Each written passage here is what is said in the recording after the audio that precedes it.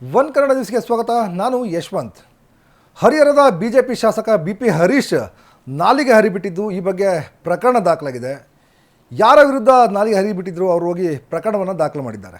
ನಿನ್ನೆ ಹರಿಹರದ ಬಿಜೆಪಿ ಶಾಸಕ ಬಿ.ಪಿ. ಹರೀಶ್ ಎಸ್ ಪಿಯನ್ನು ಪಮೋರಿಯನ್ ನಾಯಿಗೆ ಹೋಲಿಸಿ ಒಂದು ಹೇಳಿಕೆಯನ್ನು ಕೊಟ್ಟಿದ್ದರು. ಈ ಬಗ್ಗೆ ಎಸ್ ಪಿ ಅವರು ದೂರನ್ನು ದಾಖಲು ಮಾಡಿದ್ದಾರೆ. ಈ ಬಗ್ಗೆ ಒನ್ ಕನ್ನಡ ನ್ಯೂಸ್ ಸುದ್ದಿನ ಬ್ರೇಕ್ ಮಾಡ್ತಾ ಇದೆ. ಲೆಟ್ಸ್ ಬ್ರೇಕಿಂಗ್ ಏನು ಅಂತ ನೋಡ್ತಾ ಹೋಗೋಣ. ಎಲ್ಲಿ ದೂರ ದಾಖಲಾಗಿರುವಂಥದ್ದು ಏನು ಅಂತಂದೇಳಿ ಬ್ರೇಕಿಂಗನ್ನು ನೋಡ್ತಾ ಹೋಗೋಣಂತೆ. ಇದೀಗ ಎಸ್ ಪಿ ಉಮಾಪ್ರಶಾಂತ್ ದೂರನ್ನು ದಾಖಲು ಮಾಡಿರುವಂಥದ್ದು. ಶಾಸಕ ಬಿ.ಪಿ. ಹರೀಶ್ ವಿರುದ್ಧ FIR ದಾಖಲಾಗಿದೆ.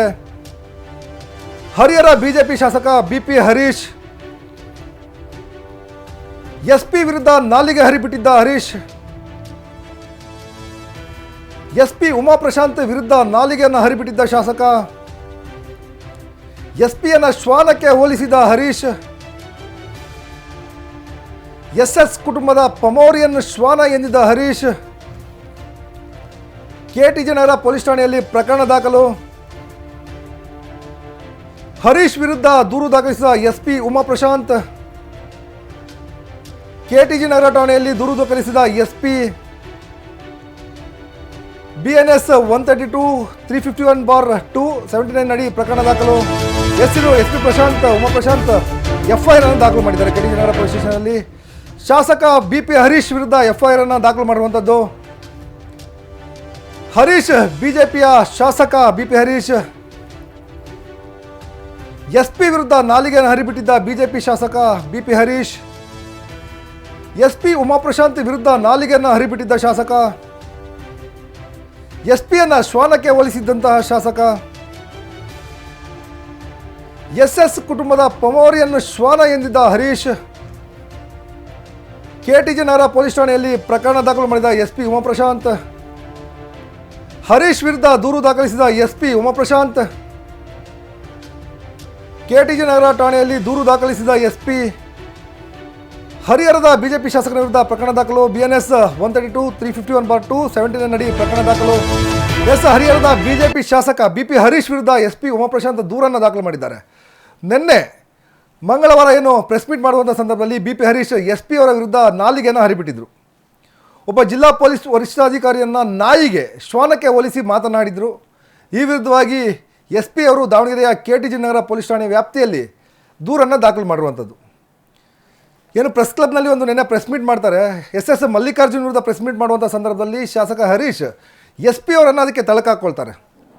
ಮಲ್ಲಿಕಾರ್ಜುನ್ ಪ್ರೆಸ್ ಮೀಟ್ ಮಾಡುವಾಗ SP ಅವರು ಅಲ್ಲೇ ಕೂತಿರ್ತಾರೆ, DC ಅವರು ಅಲ್ಲೇ ಕೂತಿರ್ತಾರೆ ಅಂತೇಳಿ SP ಅವರನ್ನು ತಳಕಾಕೊಂಡು SP ವಿರುದ್ಧ ಅವಾಚ್ಯವಾಗಿ ಮಾತಾಡುವಂಥದ್ದು. ಒಬ್ಬ ಜಿಲ್ಲಾ ಪೊಲೀಸ್ ವರಿಷ್ಠಾಧಿಕಾರಿಯನ್ನು ಶ್ವಾನಕ್ಕೆ ಹೋಲಿಸಿ, ಅದು ಕೇವಲ ಒಂದು ಬಾರಿ ಅಲ್ಲ, 2-3 ಬಾರಿ ರಿಪೀಟ್ ಮಾಡಿರುವಂಥದ್ದು.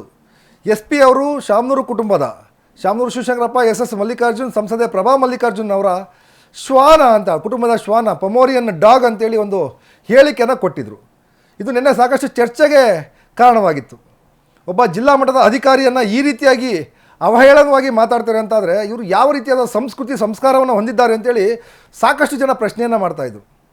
ವಾಟ್ ಎವರ್ ಏನೇ ಇರ್ಬೋದು, ಒಬ್ಬ ಜಿಲ್ಲಾಧಿಕಾರಿ ಆಗಿರ್ಬೋದು ಅಥವಾ ಜಿಲ್ಲಾ ಪೊಲೀಸ್ ವರಿಷ್ಠಾಧಿಕಾರಿ ಆಗಿರ್ಬೋದು, ಒಬ್ಬ ಸಚಿವರಿಗೆ ಏನು ಗೌರವವನ್ನು ಕೊಡಬೇಕು ಆ ಗೌರವವನ್ನು ಕೊಡ್ತಾ ಇರ್ತಾರೆ. ಯಾಕಂದರೆ ಸಚಿವ ಸ್ಥಾನ ಅನ್ನೋದು ಕೂಡ ಸಾಂವಿಧಾನಿಕ ಹುದ್ದೆ. ಅದು ಕೆಲ ಯಾರೋ ಬೇರೆ ಆರ್ಡಿನರಿ ಪರ್ಸನ್ ಅಲ್ಲ. ಜಿಲ್ಲಾ ಉಸ್ತುವಾರಿ ಸಚಿವರು ಅಂದರೆ ಒಂದು ಸಾಂವಿಧಾನಿಕ ಹುದ್ದೆ.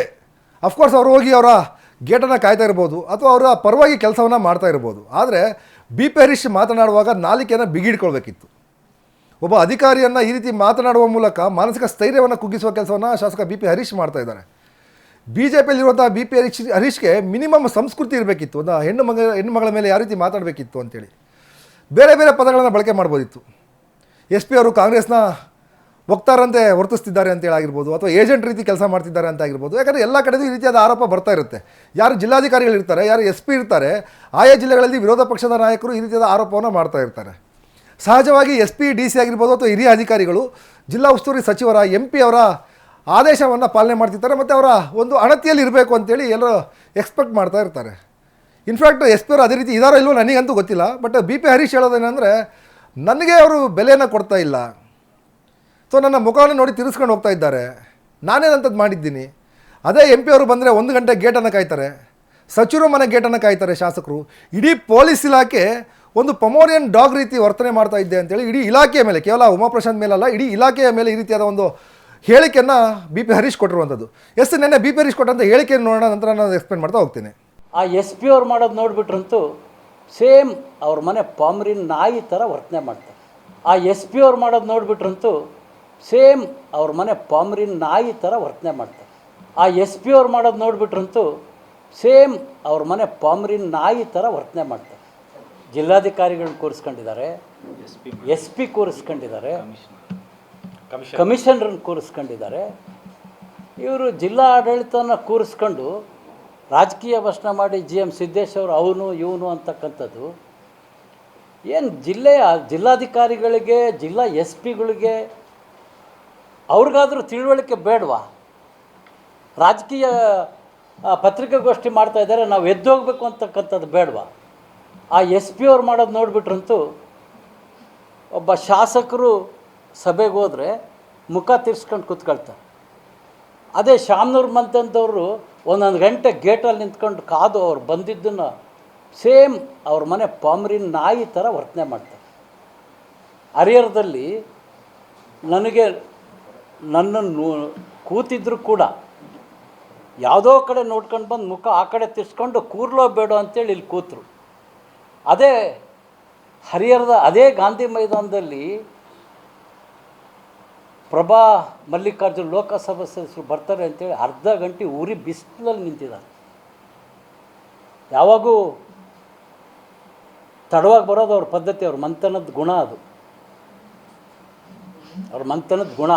ಪಾಪ ಜನ ಅವ್ರ ಶ್ರೀಮಂತಿಗೋಸ್ಕರ ಕಾಯ್ತಾರೆ. ಮೊನ್ನೆ ಸೆಂಟ್ ಪಾಲ್ಸ್ ಕಾನ್ವೆಂಟಲ್ಲಿ ಒಂದು ಫಂಕ್ಷನ್ ಇತ್ತು. ಮಕ್ಕಳನ್ನ 10:30 ಬಿಸಿಲಲ್ಲಿ ಕೂರಿಸ್ಬಿಟ್ಟಿದ್ದಾರೆ. ಯಾವತ್ತೂ ಇಲ್ಲದ ಬಿಸಿಲು, ಸಿಕ್ಕಾಬಟ್ಟೆ ಬಿಸಿಲು. ಮಾತಾಯಿ 12 ಬಂದರು. ನನಗೆ ಹರಿಹರದಲ್ಲಿ ಕಾರ್ಯಕ್ರಮ ಇದೆ ಅಂತೇಳಿ ನಾನು ಕೈ ಮುಗಿದು ಹೋದೆ. ಅಲ್ಲೂ ಏನಾದರೂ ಎಸ್ ಪಿ ಅವ್ರು ಇದ್ದಿದ್ದರೆ ಮಕ್ಕಳಿಗೆ ನೆಲದಲ್ಲಿ ಕೂತರು, ಇವರು 1.5 ಗಂಟೆ ಬಿಸಿಲಲ್ಲಿ ಗೇಟಲ್ಲಿ ಕಾಯ್ತಾಯಿದ್ರು. ಯಾಕೆ? ನಾನು ಒಬ್ಬ ಶಾಸಕ, ಅವರು ಒಬ್ಬ ಲೋಕಸಭಾ ಸದಸ್ಯರು, ಎಲ್ಲರೂ ಒಂದೇ. ಅವ್ರಿಗೆ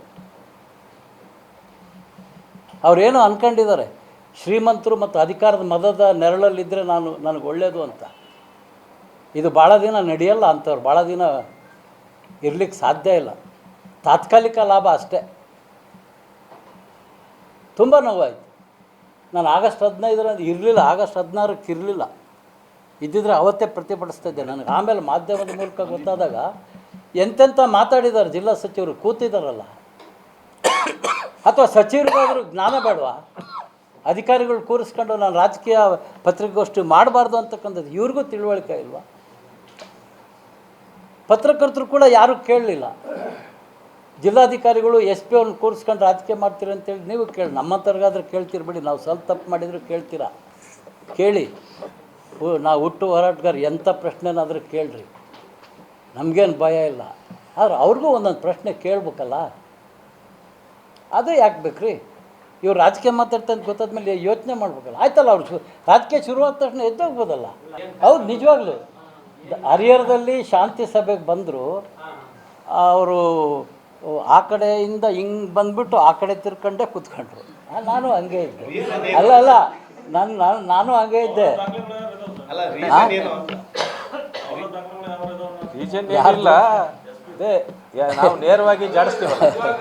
ಈಗ ನಾವು ಯಾವುದು ಸಹಿತ ಜಿಲ್ಲಾ ಅಳಕಿಲ್ಲ.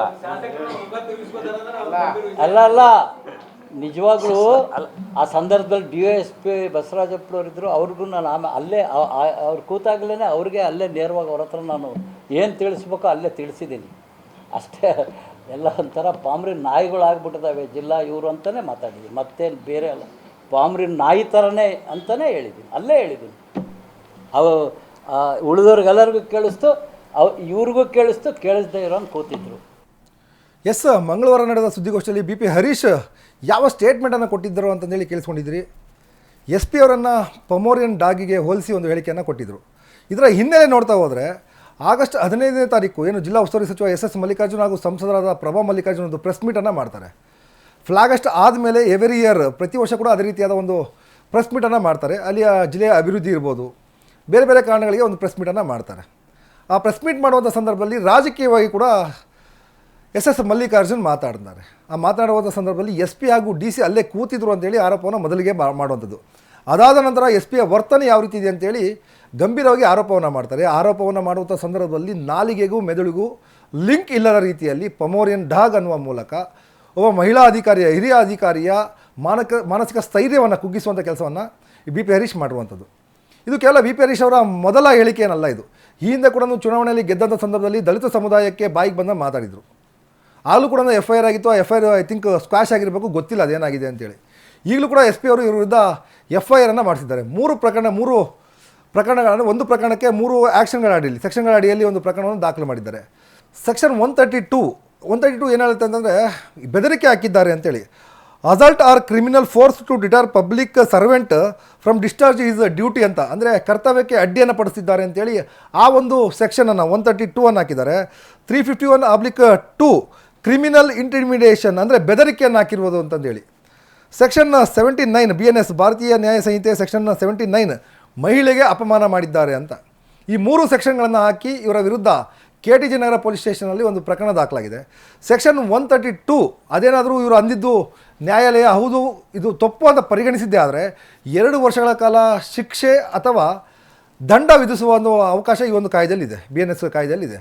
ಹಾಗಾಗಿ ಈಗೇನು ಪ್ರಕರಣವನ್ನು ದಾಖಲು ಮಾಡಿಕೊಂಡು ನಂತರ ಮುಂದಿನ ಪ್ರೊಸೀಜರನ್ನು ಏನು BNS ಪ್ರೊಸೀಜರ್ ಇದೆ, ಆ ಪ್ರೊಸೀಜರನ್ನು KTJ ನಗರ ಪೊಲೀಸರು ಮುಂದುವರಿಸ್ತಾರೆ.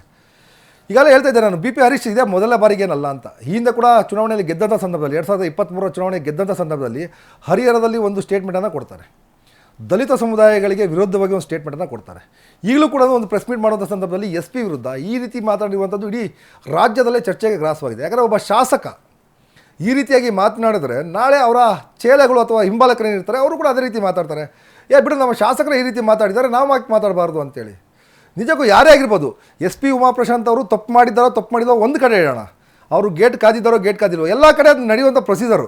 ಇದೇ B P Harish GM Siddeshwara ನಿವಾಸವನ್ನು ಎಷ್ಟು ದಿವಸ ಕಾದಿಲ್ಲ, ಈ ಹಿಂದೆ ಯಡಿಯೂರಪ್ಪನವರ ನಿವಾಸವನ್ನು ಎಷ್ಟು ದಿವಸ ಕಾದಿಲ್ಲ ಅವ್ರ ಭೇಟಿಗೋಸ್ಕರ. ಆ ಒಂದು ಹಿಂದಿನ ನಡೆದುಕೊಂಡು ಬಂದಂಥ ಪದ್ಧತಿ ಅದು. ಅಧಿಕಾರಿಗಳಾದಂಥವರು ಒಂದಷ್ಟು ಅವರು ಕೂಡ ಎಚ್ಚರಿಕೆಯನ್ನು ವಹಿಸಬೇಕಾಗತ್ತೆ. ಈ ರೀತಿಯಾದ ಘಟನೆಗಳಾದಂಥ ಸಂದರ್ಭದಲ್ಲಿ ಅವರು ಕೂಡ ಎಚ್ಚರಿಕೆಯನ್ನು ವಹಿಸಬೇಕಾಗತ್ತೆ. ಆದರೆ ಈ ರೀತಿಯಾದ ಹೇಳಿಕೆ ಇದೆಯಲ್ಲ, ಬಿ ಪಿ ಹರೀಶ್ ಕೊಟ್ಟಂಥ ಹೇಳಿಕೆ ನಿಜಕ್ಕೂ ಕೂಡ ಇದು ನಾಚಿಕೆಗೇಡಿನ ಸಂಗತಿ. ಇದು ಒಬ್ಬ ಶಾಸಕರಾಗಿ ಒಬ್ಬ ಸಾಂವಿಧಾನಿಕ ಹುದ್ದೆಯಲ್ಲಿದ್ದು ಆ ರೀತಿಯಾಗಿ ಮಾತನಾಡುವಂಥದ್ದು ಇದೆಯಲ್ಲ, ನಿಜಕ್ಕೂ ಕೂಡ ನಾಚಿಕೆಗೇಡಿನ ಸಂಗತಿ ಇದು.